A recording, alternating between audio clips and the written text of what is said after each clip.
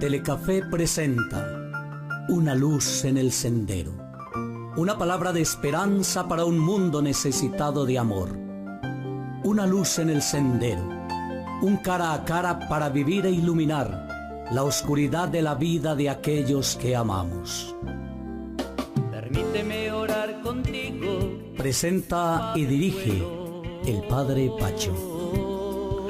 Muy buenas noches, bienvenidos a nuestro programa Una luz en el sendero. El ministerio episcopal representa una de las columnas fundamentales en la estructura de nuestra Iglesia católica. Desde sus inicios los obispos han sido considerados no solo como sucesores de los apóstoles, sino también como pastores, guías, maestros del pueblo de Dios. Y a lo largo de la historia de la Iglesia, los obispos han sido pilares de fe en tiempos de persecución, defensores de los valores cristianos en medio de los desafíos sociales y líderes de comunidades que buscan en ellos orientación y consuelo. Su voz resuena en la conciencia de la Iglesia local y global, iluminando el camino hacia una fe viva y sobre todo transformadora. Un obispo es llamado a ser ante todo un testigo del Evangelio, alguien que a través de su vida y su palabra anuncia la verdad y la esperanza de Cristo en medio de las comunidades que le han sido confiadas. Su presencia en la diócesis simboliza la continuidad con la tradición apostólica y la conexión con la Iglesia universal, asegurando que cada comunidad local no se sienta aislada, sino parte de un cuerpo enraizado en la fe y en el amor de Cristo. Esta noche nos acompaña en este primer momento Monseñor Rigoberto Corredor Bermúdez, nacido en el corregimiento de Arabia, Risaralda, un 5 de agosto de 1948. Sus estudios secundarios los realizó en el Seminario Menor de Pereira, su filosofía y teología en el Seminario Mayor de Manizales. Fue ordenado sacerdote en Pereira un 18 de noviembre de 1973. Obtuvo su doctorado en misionología en la Pontificia Universidad Urbaniana en Roma en el año de 1980. Qué bueno poderlo tener en este primer momento y poder compartir sobre su vida, sobre su ministerio sacerdotal, episcopal y también todo el trabajo que ha realizado en nuestra diócesis de Pereira y en estos últimos días que regenta ya como administrador de la diócesis, esperando ya la llegada del nuevo obispo que ha designado el Santo Padre Francisco. Monseñor, muy buenas noches, gracias por estar en nuestro programa. Buenas noches, Padre Pacho, aquí estamos en Telecafé, atendiendo su invitación en este momento en el cual la diócesis se prepara para recibir un nuevo obispo. Ya llegamos al final de nuestra misión como obispo diocesano, pero estamos muy felices de estar aquí y de poder dialogar o hablar con la gente para que la gente sepa cómo es el camino de la Iglesia. Monseñor, cuéntenos un poco sobre su infancia, sobre su familia, cómo influyeron esas raíces paternales y también maternales en su vocación y en la persona que es hoy. Bueno, como usted acaba de decir, yo nací en el corregimiento de Arabia, que pertenece al municipio de Pereira. Mi padre, de origen santanderiano, de la provincia de Vélez, se vino con su familia al eje cafetero. Y mi madre nació en Dos Quebradas. El origen de mis abuelos es una población de Caldas llamada Salamina, de tal manera que está este origen caldense y la sangre santanderiana. Realmente ha sido una combinación muy interesante de dos modos de ser. En el pueblo, en Arabia, en un pueblo de paz, de tranquilidad, siempre tuvo su párroco, su escuela, conocidas todas las familias, muy sano en esa época, la vida normal de un estudiante. Tuve la oportunidad de hacer 2 años de primaria aquí en Pereira, primero de primaria y segundo en la ciudad, en la escuela Marco Fidel Suárez, creo que todavía existe, y la escuela Atanasio Girardot, en la cuarta o tercera con 19. Ahí tuve la oportunidad de estudiar. Después volví al pueblo, terminé la primaria y ya vine a estudiar al seminario menor, todo el bachillerato. ¿Hubo alguna figura clave en su vida que haya sido como fuente de inspiración para usted, tanto en su vida personal, pero sobre todo hacia el ministerio? Bueno, inicialmente cuando tuve conciencia, participé en unos grupos infantiles que se llamaba la Cruzada Eucarística. Eso lo hice en la iglesia catedral con algún padre vicario parroquial de la catedral, pero en diálogos con mi papá permanentemente, porque yo era como más amigo de los adultos que de los niños, pero no era un niño callejero. Me decían que era como muy serio y me gustaba dialogar con los mayores, mi abuela, mi papá, las personas mayores. Mi papá era muy, dijéramos, conocedor de lo que pasaba en el mundo, muy al tanto de la Segunda Guerra Mundial, muy al tanto de la primacía de Estados Unidos, de la realidad de Europa, leía mucho la prensa, también era del Partido Conservador y muy conocedor del doctor Laureano Gómez, la parte doctrinaria del partido, y en ese espíritu me decía, me aconsejaba que estudiara más derecho, más leyes, cosas en el pensamiento de él, pero sin ninguna imposición. Sin embargo, mi director de la escuela y el párroco y mi abuela me veían con una vocación especial en medio de 12 hermanos, es decir, 4 mujeres y 8 hombres. Y entonces ahí me veían más ellos que yo mismo, con vocación sacerdotal, hasta que empecé ya en la Cruzada Eucarística y luego como acólito en la parroquia, y ya el altar, el incienso, el agua bendita, los ornamentos, todo eso fue haciendo una labor de fortalecimiento de la vocación. ¿Qué significó el padre Areiza para usted? Este padre de origen antioqueño, de Liborín, Antioquia, se llama Francisco María Areiza, fue párroco en Arabia 18 años. Significó mucho porque yo entré como acólito y él empezó a enseñarme latín, a contestar bien la misa que era en latín y a aconsejarme. Realmente fue para mí el bastión importante junto con mi abuela para poder seguir adelante en este camino. Él siempre vio en mí la vocación y finalmente terminé ordenándome en mi pueblito con la presencia de él en ese 18 de noviembre del 73. Monseñor, todos somos llamados, y usted cuando empezó a descubrir hacer como ese discernimiento que el Señor le estaba pidiendo que fuera parte de ese ministerio que Él le pedía en el sacerdocio. Mire, hay una ayuda, dijéramos, familiar y social. Hay como unos puntos de apoyo. Primero, en la escuela se estudiaba 100 lecciones de historia sagrada. Esas 100 lecciones es como un resumen de la Biblia completísimo desde Adán y Eva, desde la creación hasta la resurrección del Señor. Y eso hoy no lo tienen los muchachos porque no volvimos a enseñar esa historia de salvación. Entonces yo al estudiar las 100 lecciones de historia sagrada, ¿no?, toda la vida de los profetas y todo lo demás, la vida de Jesús, entonces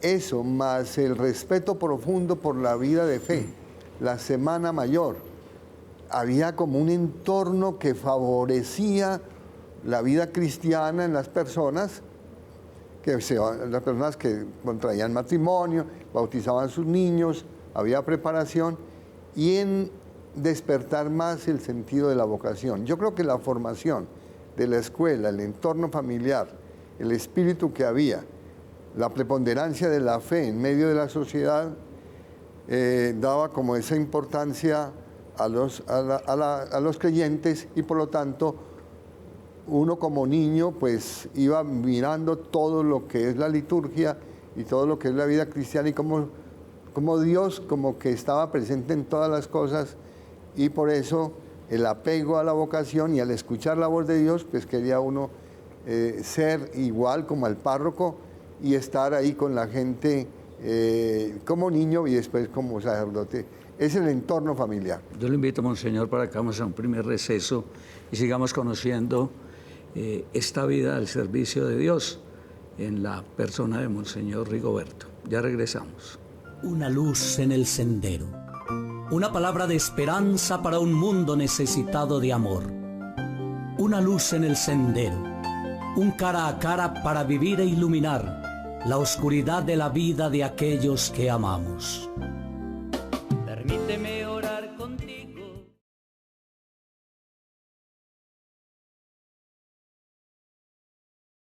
Una luz en el sendero. Una palabra de esperanza para un mundo necesitado de amor. Una luz en el sendero.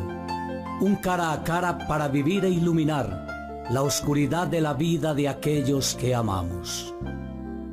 Permíteme orar contigo. Monseñor, ¿qué recuerda de esos primeros años como sacerdote? Bueno, lo primero fue, primero la ordenación en mi pueblito, en Arabia, el padre Areiza. Mi papá ya había fallecido en el año 70. Estaba mi mamá, mis hermanos, todo lo demás. El reencuentro mío con la gente de mi pueblo, pues muy interesante. Pero luego la sorpresa no, el nombramiento como vicario parroquial de la misión indígena de Purembará. Los televidentes saben que Puru es pueblo y Embera es hombre indígena. Capunía es hombre blanco. De tal manera que Monseñor Castillón, que era el obispo coadjutor con derecho a sucesión, me dijo que él me veía para que fuera donde los indígenas con otro padre que estaba allá y aprendiera y conociera esa etnia, ese grupo étnico, aprendiera un poco el catillo, conociera toda la cultura de los indígenas, que quería rescatar ese grupo que tenía dificultades con enfermedades y con todo, y que tenía el deseo de reforzar la presencia de la iglesia allá en Purembará con 2 sacerdotes y más las 8 hermanas de la Madre Laura que tenían en el internado. Entonces, la primera sorpresa para mí fue, sin haber estudiado precisamente nada de la cultura indígena, es salir para allá. Y luego uno jovencito de 25 años va y conoce y se adapta y se entrega totalmente a los indígenas. Cuando uno lo escucha, usted en sus meditaciones, sus reflexiones, pues siempre habla de esa experiencia pastoral. ¿Por qué lo marcó tanto? Porque es el primer encuentro con un grupo distinto del grupo que conocía yo, que era el grupo de los mestizos. Es decir, uno puede decir, yo voy a ir a Anserma a ser vicario parroquial o a ir a otra parroquia. Pero este grupo era un grupo que nosotros lo veíamos con las misiones de las hermanas de la Madre Laura cuando iban al seminario menor, se hospedaban y los veíamos como otra realidad, otra pastoral. Y al entrar allá y al llegar allá ve uno la lógica del pensamiento cultural, distinto pero con su propia lógica y con los propios mitos y las creencias, y además la fe profunda. Y también porque ellos pedían siempre los domingos antes de partir para la montaña, para la selva otra vez, pedían una bendición especial con el Santísimo. Ellos querían encomendarse a Dios, porque la vida de los indígenas en ese momento tenía una serie de seres que también les hacían peligrar la vida por el camino.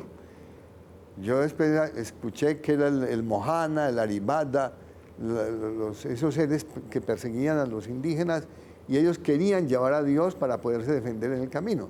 Y entonces, por la fe de ellos, por la confesión cada mes, en los primeros viernes, me tocaba confesar eso un jueves todo el día, era un trabajo inmenso, y la fe que tenían, por eso me llamó mucho la atención este grupo. El sacerdocio, sin duda, monseñor, conlleva algunos desafíos. En ese momento histórico, ¿qué desafíos encontraba usted en el ministerio? Bueno, habíamos pasado ya la crisis, o todavía estamos en la crisis del Concilio Vaticano II, donde había aparecido la teología de la liberación.